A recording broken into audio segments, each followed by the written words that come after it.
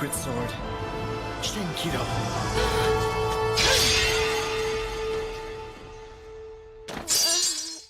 Previously, we were introduced to our protagonist, Iki, who has gradually climbed up the ranks, proving his worth. Near the end of the last episode, Ayase, Iki's recent addition to his harem, was seen standing atop a building, hoping to guilt Iki into giving up the match. Will Iki decide to save her, or will he not make it in time?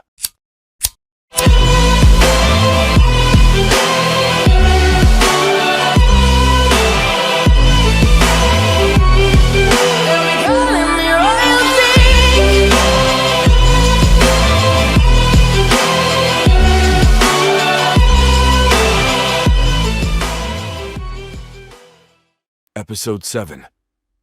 Welcome back to Chivalry of a Failed Knight, where we left off with Ayase standing atop the school building, ready to commit suicide. Knowing she has no chance at beating Iki in the competition, she jumps off, but is saved by Iki. Although he saved the girl, Iki caused massive damage to a nearby building. Ayase smiles at Iki, having forced him to use his ultimate ability, Itoshira. Ayase thanks him not only for saving him, but for also throwing away their match in 10 hours. Iki asks her why she wants to win so much, and why she is disgracing her last name. Ayase leaves, telling Iki that she will defeat him, no matter what. Stella, on the other hand, is fantasizing about Iki while she sleeps. To her surprise, she wakes up to Iki panting in her lap, not responding to any of her questions. Iki awakes in a hospital bed and looks up, hoping to have not missed the match. Iki's classmates come and ask him what happened, but before he can explain, the principal asks him to follow her. She asks about the building, and Iki confirms that it was him, and that he'll take any punishment. Iki asks about Ayase, wanting to figure out the reason why she wants to win so badly. The principal starts with explaining her father being unable to wield his sword. Being unable to wield a sword when challenged by Kurashiki for his dojo, he loses and is forced to give it up. Iki asks how Kaido, Ayase's father, is doing, to which the principal explains that he has been unconscious since he lost the dojo. We transition to Ayase, sitting next to her father, remembering when the dojo was taken over. Not only did Kurashiki steal her home, but he also put her father to sleep. Iki discusses this with his classmates and tries to decide how he will proceed, whether he'll let her win or not. Iki decides to fight her with his all despite not having his ultimate ability. Iki tells Stella that there's something he needs to do before the fight, so he tells her to follow him. Commenting on today's fight will be Yuri, the teacher of Iki's homeroom. Iki is introduced as a F-rank knight this time, not the nickname the worst one, but rather another one. On the other side, they introduce Ayase as a D-rank knight with a 6-streak win record. Before we continue,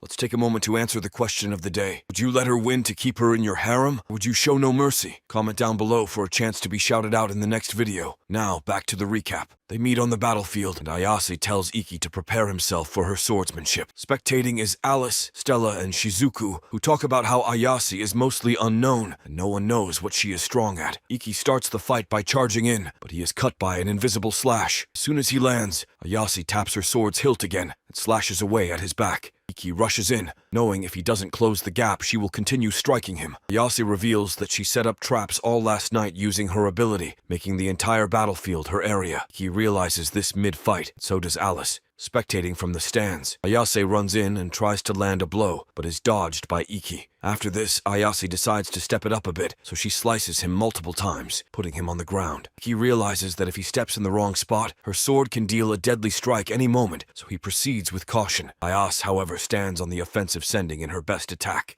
To her surprise, Iki blocks it easily and tells her he is glad she is who she is. Iki has a flashback of when he talked to Yuri before the match, telling her he is sure Ayase will rig the match somehow. He also reveals that he asked his teacher to ignore any rules broken by Ayase. Iki tells Yuri that if he loses this fight, he will lose his right to call Ayase his friend. During the fight, Iki attempts to convince Ayase to back down, thinking their friendship is real. Ayase tells him that the friendship doesn't matter to her if she can't fulfill her father. Iki tells her that he will save her and defeat her. He runs to her, dodging all of her pre-placed traps using his perfect vision. Ayase decides to activate all of the slashes at once, knowing he's getting too close. Iki not only dodges this, but he emerges from behind her and delivers a finishing blow. Defeated, Ayase asks Iki why he didn't slice her at all. She attempts to get up, but is too fatigued to even move a muscle. She admits defeat despite not being sliced at all, giving Iki the win. Iki approaches her and tells her despite her trying to trick him and do anything she could to win, she is still strong. Iki tells her that he wants to help her get back everything that she has lost. She asks why he is going so far for her, but Iki simply says, "Because we're friends." Iki offers his hand out to her, and she accepts, pleading for him to help her.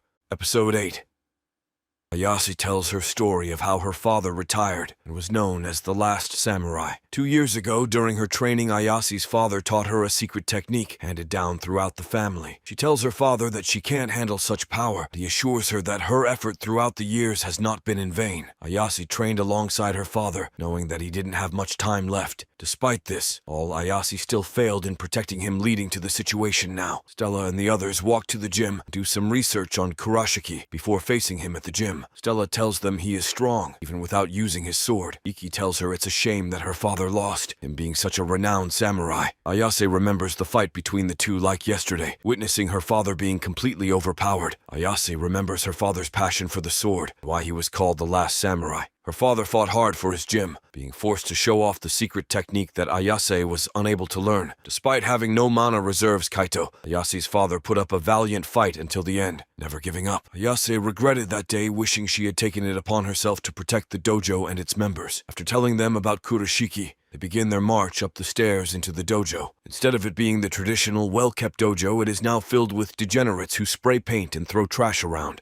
Iki approaches the group of thugs, asking them to guide him to Kurashiki. Once he arrives, Iki challenges Kurashiki to a duel, saying if he wins, he gets the dojo back from him. Iki reveals that the reason he ran away earlier is because the school prohibits using his device outside of school grounds. Kurashiki asks him to prove his strength, and Iki drops all of the student IDs of his grunts. Kurashiki wastes no time, summoning his bone sword, to which Iki does the same. Kurashiki gets excited after seeing Iki's sword and rushes towards him. 2 exchange hits, no one being able to land a solid blow on the other. Before Iki is able to land a blow on Kurashiki, his sword turns into a whip and starts attacking Iki. Stella comments on this, calling it a silly trick before someone like Iki. Iki reads Kurashiki and opens up an angle to close the distance. Kurashiki reads it somehow and strikes back, getting a slice off on Iki. Iki realizes that what makes Kurashiki truly strong isn't his skills, but his reaction time. He tells Kurashiki that when he and Stella can only ever hope to achieve a 0.1 second reaction time, Kurashiki has achieved a 0.05 second reaction speed. Kurashiki praises Iki for being the first one to recognize his true strength, but asks him how he will deal with it. Iki tells him that before his blade, it doesn't matter how fast you can dodge. Kurashiki interrupts him by sending in a barrage of slices with his bone sword. Iki doesn't falter and continues to evade and block the incoming attacks until he is backed into a corner. Kurashiki announces that the fight is over, and he continues to push Iki back, dealing wound after wound. Ayase watches from the side and remembers the fight between Kurashiki and her father, remembering him losing. Stella stops her, however, and assures her that Iki has the fight under control. Stella tells Ayase to look closely to see that Iki is smiling and enjoying the fight. Stella asks Ayase if her father was truly happy teaching at the dojo and wasting his life away. Stella asks Ayase if her father was smiling while he was fighting, to which she remembers him smiling. She realizes that when her father apologized after losing it, because he was enjoying the fight more than he cared about his dojo. Eventually, Kurashiki runs low on stamina and tells Iki to give up already. Iki tells him that it's been a while since he has had this much fun, telling him he doesn't want to end it yet. Iki asks him before he finishes him off whether the last samurai smiled during the fight. Kurashiki pushes him off and tells Iki it's none of his business. Iki prepares his final attack and charges towards Kurashiki, refusing to dodge his attack. Kurashiki realizes that the incoming attack is the same used by Ayase's father. He smiles and rushes in, hoping to experience the move that the last samurai attempted to use 2 years ago. Kurashiki falls to the ground, rendering Iki the victor of the battle. Ayase notices the final move used by Iki and asks Stella how he used her best attack. Stella explains to her that one of Iki's strongest abilities is his ability to steal the techniques of others. Kurashiki, on the other hand, leaves the dojo and tells Iki that he won fair and square. After realizing that she has her home back, Ayase breaks down into tears, thanking Iki for fighting for her. Iki approaches her and tells her the dojo is rightfully hers, and she needs to fulfill her father's name. Ayase decides to follow Iki's advice, reopen the gym in her father's name. The next day, when Stella and Iki are chatting on a bench, they receive a text telling them Ayase's father woke up. Episode 9. Iki wins his next battle, making his dream of fighting in the 7 Stars Battle Festival not so much of a dream anymore. To celebrate, Iki and Stella decide to go on a small vacation out in the mountains. Shinzuku feels sorry that she wasn't able to prevent Stella and Iki's travel plans, so she decides to follow them, hoping to get in the middle of their relationship. Stella, on the other hand, is enjoying her time with Iki, finally doing things that lovers do. In the distance, Iki notices the student council looking over them. They decide to engage in battle. Nothing too serious, though. This battle is more of a sport. In actuality, they are just playing badminton with a ton of passion. Iki sits with the other student council members and asks them why they came here. A month from now, the student council will have reps from other schools, so they need Stella and Iki's help cleaning the mansion. Stella asks the president, who's in a full dress, whether she is worried about getting her clothes dirty. She displays her skills for staying clean by blocking all of the incoming water from a nearby cleaner. After learning they are cleaning, Shizuku decides to go home instead. The student council thanks Iki and Stella for their help, then wishes them off. Iki and Stella decide to climb a nearby mountain for their training. Stella shows her bad fatigue. Iki notices that she only ate 2 bowls compared to her usual 7, and asks if everything is all right. Tells him she is fine, and urges them to continue hiking up the mountain, finally getting some alone time together. On the other hand, Shinjuku is told her father is ready to see her. Although she told him she was fine, Stella becomes hot-headed after trying to continue hiking. She thinks that maybe after kissing Iki she got pregnant, but he assures her that she probably just has a cold. Stella sits down, unable to move, so Iki decides to carry her to a nearby shelter. They arrive at a mountain lodge, and Iki sets up a fire for Stella. Iki receives a call asking if he is okay, and during this Stella realizes she has been naughty recently. Shizuku finally meets with her father, asking what the reason for calling for her is. Shinjuku tells him if he has nothing to say, then she is leaving, having come home because she received a letter from her mom. Shizuku's dad tells her that he wrote the letter and only wanted to see her so he could congratulate her achievements at school. Shizuku protests this, asking why he doesn't give Iki in letters or ask if he is doing okay. Iki wakes up the next morning and goes outside to see what's going on, but is stunned when he sees a monster destroying the cabin. He activates his ultimate form and saves her, then charges in to kill the golem. While fighting, Iki gets knocked back, leaving Stella vulnerable to the golems. Suddenly, the student council members appear, taking care of all the golems and saving them in the process. One of the student council members realizes that there must be a summoner for the golem, so she asks Iki for a lead. Girl approaches, telling them that as long as there is magic aligned to the golems, she can determine the location. The girl blitzes through the golems, destroying them all, displaying her thunder attacks. The girl casts her spell. It strings through the golem all the way back to the source, electrocuting the summoner. Iki looks up and realizes who it is, the strongest blazer at the school, Tokatoto. Not only is she the student council president, but she also finished top 4 at last year's 7-star battle festival. Shizuku, on the other hand, looks down at her phone to reveal Toka is her next opponent. Episode 10. She explains that as a child coming from a wealthy family and showing immense talent as a blazer, Shizuku has always been on top. She tells us that Iki was the one who changed her mindset, and he took all of the pain. After they arrived to safety, Stella and Iki talk with Alice about who could be behind the golems. Iki tells Alice of what he witnessed, Toka destroying all of the golems. They talk about how Shizuku is at a real disadvantage, lightning being strong against water. Alice tells them, however, that Shizuku's water is different. It's uncontactable, so it's not a disadvantage. Iki tells the group that as long as she puts up a good fight, he will be proud of her. Later that day, Stella approaches Shizuku, asking whether she is nervous about her upcoming opponent. Shizuku tells her that she has no reason to be nervous. She asks why Stella is visiting her. Stella tells her she was worried for her. Alice emerges and talks with Shizuku about her upcoming fight. Shizuku tells him that she has no reason to be nervous because she has seen how her brother fights. She tells Alice that she needs to be strong so that she can protect her brother. Shizuku declares that tomorrow in her battle, she will prove that she is strong enough to stand with the likes of Stella and Iki. The next day is finally time for the battle between Shizuku, the water mage, versus Toka, the #1 ranked blazer. The commentators tell the crowd the fight will now begin, and the stage changes color. Shizuku and Toka both waste no time, summoning their swords to help them in battle. Shizuku tells herself that she will prove her love for Iki during this battle. Although the battle has begun, neither side wants to make the first move, knowing the other is strong enough to go all the way. Iki comments on the battle, telling us that Toka's special move has taken down every opponent who has seen it. Stella asks if she was so powerful, why didn't she win the 7-star battle festival last year? Iki explains that because her range is limited, the victor last year used long-range spells on her. However, Toka is the strongest overall in close range. The battle finally begins with both of them trying to land the first hit. Toka sends in slashes of lightning while moving super fast, making it impossible for Shizuku to counterattack. Shizuku eventually catches Toka off guard and freezes her feet, giving her time to launch an attack. Instead of taking her out, Toka breaks all of the ice from the incoming attack and emerges unscathed. As the fight goes on, people in the crowd start to recognize that not only is Toka strong, Shizuku is too. Everyone watches the fight, specifically the student council members commenting on how strong Shizuku is. They tell each other, however, that once Toka gets in close range, Shizuku will be done for. Suddenly, Toka charges in close range and barely misses her attack on Shizuku. Following that attack, Toka goes in again, this time landing a hit, but Shizuku reveals it was a clone. When she re-emerges, Shizuku has a wound. Despite dodging her previous attack with her clone, Stella asks Iki how it's possible to damage her, despite not landing a real blow. Iki tells her that Toka is able to connect to the mana waves connecting to people, giving her the ability to land a hit, even without directly hitting them. Nain pulls up and tells Iki that he is exactly right. Then she goes over to Stella to say hello. Alice this time comments on the fight, but is interrupted by the principal emerging there as well. She tells them that Toka learned from the same person as Nain, her master being someone called the Battle God. The principal tells Iki that Shizuku will never be able to break through Toka's defense. Iki realizes she is right, having no overpowered attacks like Toka or Iki does. Shizuku realizes mid-fight that if she doesn't exceed her limit, she will never have a chance to win her brother over. She surrounds herself in her waves and enters a new form, fueled by love. Shizuku decides that if she can't land a hit, she will never win, so she goes full offensive, sending in different layers of ice and water attacks. It seems like she is winning the battle, but Toka rushes towards her, closing the distance. She slices Shizuku in half, making the battle seem over. It's another clone. Shizuku appears behind her and tests out her sword skills against Toka, making sure to never miss a beat.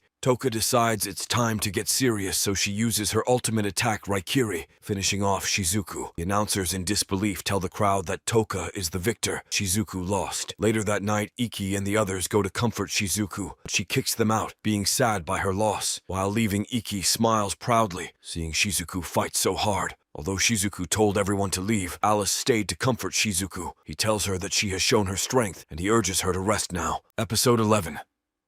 Stella, on the other hand, has no trouble with her next few fights, making her win streak up to 14. While they are walking home, Stella thanks Iki for all the training they have done recently. Noticing her increase in stamina, Stella reminds Iki of his promise to announce their love publicly once he wins the 7-star battle. He tells her he remembers his promise and goes in for a kiss. During this kiss, a man is seen taking a picture of them. His reason, however, is unknown. The next day, Iki goes to the principal's office where she lectures him about a member of the Kuragana family, Iki's family. She tells him that this man will be in town for his upcoming battle, and he might try to sabotage him. Iki tells the principal if he is causing trouble for the school, then he will stop it. The principal tells him that she will handle it and not to worry. Later that day, Stella and Iki take a visit to the student council room. They are greeted by Toka, whose underwear are showing after falling over. After talking to her, Stella and Iki realize that Toka isn't such an unreachable person after all. They then visit an orphanage and say hello to all of the kids there. After arriving, the kids recognize Stella as a princess from another country and ask to play with her. They all play together while Iki cooks them lunch with Toka. Iki thanks Toka for saving them while in the mountains, and she tells him it's no big deal. Toka asks Iki if he noticed how she uses her ultimate attack, to which he explains it. Much like an electric circuit, Toka is able to follow lines of mana to track anything. Not only is she able to use this for attacking, but also defending, giving her the ability to detect traps nearby. Iki stands inside of a small shed, spying on Toka until a student council member approaches him. She asks what he is doing, and Iki explains he just can't take his eyes off of Toka. He explains to Iki that Toka trains so hard that the mana around her radiates differently, whether it's from her strength or personality. Toka is known for being a super friendly person, always trying to help others. Iki notices that as her strength, and he wonders what his strength is. After getting off the bus, they are approached by Shizuku and Alice. They show the two a newspaper containing the image of them kissing in the forest, with the paper titled as a scandal. While they are talking, the man the principal warned Iki about suddenly shows up in a car asking to talk to him. He tells Iki that this will be an official hearing by some committee that he needs to attend. Iki agrees to follow the man, and he is taken to a maximum security prison. They question him, asking about his relationship with Stella. They ask him if he thinks it's okay to indulge in sexual activities with a royal princess. Iki announces to the men questioning him that he loves Stella, and he thinks he did nothing wrong. The principal talks to Nain about the current situation, telling us they can't do anything. Iki, on the other hand, is put back in prison after the first hearing. During Stella's fight the next day, people in the crowd talk to themselves themselves, wondering what Iki and Stella do at night. The next day, Iki is told his next match will be within the prison, being pointless to leave. Iki approaches the stand and is forced to fight without talking, then thrown back into prison once he wins. Stella and the others look at their phones to see that Iki has won the fight. Stella wonders if it's her fault this is happening to him. She proposes to break up with him, hoping to fix the issue, but Shizuku attacks her. Shizuku tells Stella that if he is willing to put up with this much, it would be betrayal to leave him now. Iki continues to be put on trial and fights within the prison, winning all of his matches.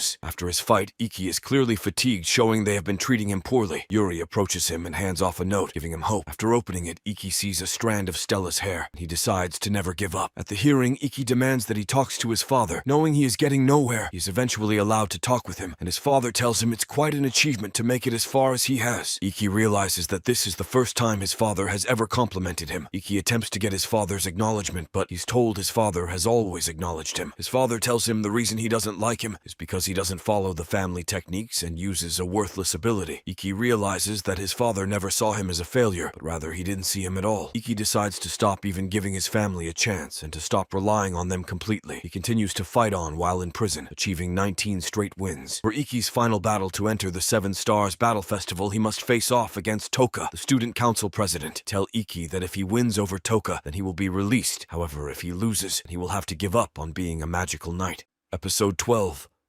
Iki awaits his final battle, remembering what everyone has told him throughout his time at the academy. Toka, on the other hand, is at rest in her home, talking to her mother about her upcoming battle. Shizuku arrives and talks to Toka about the upcoming battle against Iki. Toka tells Shizuku that despite what he has been going through, she will not show him mercy. Toka tells Shizuku that if he is innocent, then he will prove it in the fight. Shizuku tells this to Alice and asks him what she can do to help Iki. Alice tells her that the only thing she can do is pray, having faced off against Toka herself. Toka, although she isn't in prison, still feels bad about the fight, knowing that it's rigged against Iki. Finally, the day comes for the battle between Iki and Toka. Not only are they fighting, but Stella is also competing for the chance to enter the battle festival. The announcer talks about the most anticipated fight, Iki versus Toka, the worst one versus the best one. The principal talks to Nene, telling her that she wasn't able to help at all. As they are talking to Nene and also Toka's master, the battle god approaches. He begins teasing Nene, showing he is a friendly old man despite his nickname. While they are talking, the man trying to lock up Iki emerges from behind, telling them he has no chance at winning.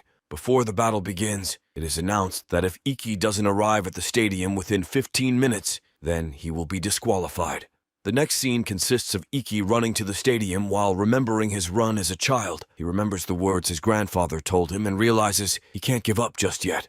As Iki runs, an image of himself appears before him, trying to convince him to give up. While thinking of giving it up, Iki can see a flame in the distance, giving him the hope to continue forward. Iki eventually falls down, landing in Shizuku's lap, telling him to give up. She tells him although she wants him to give up, he needs to fight on. Iki looks into the distance and sees all of his friends and classmates routing him on. Iki realizes that he isn't alone, and he sees Stella flexing on him. She tells him she won a spot to the battle festival, and this encourages Iki to continue on. While Toka awaits Iki's arrival, she's glad to hear that he is on the way. Finally, they announce that the fight will begin, and they introduce the fighters. On one side is the number 1 fighter, Toka, and on the other side is the worst one, Iki. The two stand off against each other, both wanting to win their spot into the festival. Alice approaches the group ready to watch the fight, and he tells the others he earned a spot in the festival. Toka, on the other hand, tells Iki that she can't hold back, knowing that Iki is strong. Both of them summon their respective swords and exchange a greeting before they begin. Iki announces to Toka that his strongest will beat her strongest. He activates his ultimate form, Itoshura, off the start, and this surprises the crowd. Stella tells the others that was his plan all along, end it as soon as he can. Toka realizes that Iki will only be sending in one attack, so she readies her ultimate attack. Iki decides to take Toka on in close range. He charges in for the kill. Both of them are sure of their skills and confident they will emerge victorious. Iki uses his ultimate technique to counter Toka's. He uses all of his strength. Iki's entire body bleeds with his sword. He slices right through Toka's unbeatable attack. The battle only lasting a few seconds, Iki emerges as the victor, proving the world wrong of his strength. Iki's oppressor slams his cane into the ground, thinking there was no way Iki could win. Principal explains to the man that Iki uses everything in one moment, giving him the power to overcome Toka. Having won the fight, the principal says that no one can deny Iki anymore. Suddenly, the oppressor runs onto the field trying to attack Iki. He's taken out by Stella. Stella walks onto the stage and holds Iki as he collapses into her. Iki eventually gains the strength to stand up again, and he looks Stella in the eyes. Stella tells Iki that she loves him a ton, tells him to never leave her again. Iki tells Stella he has something to say to her, and he proposes to her.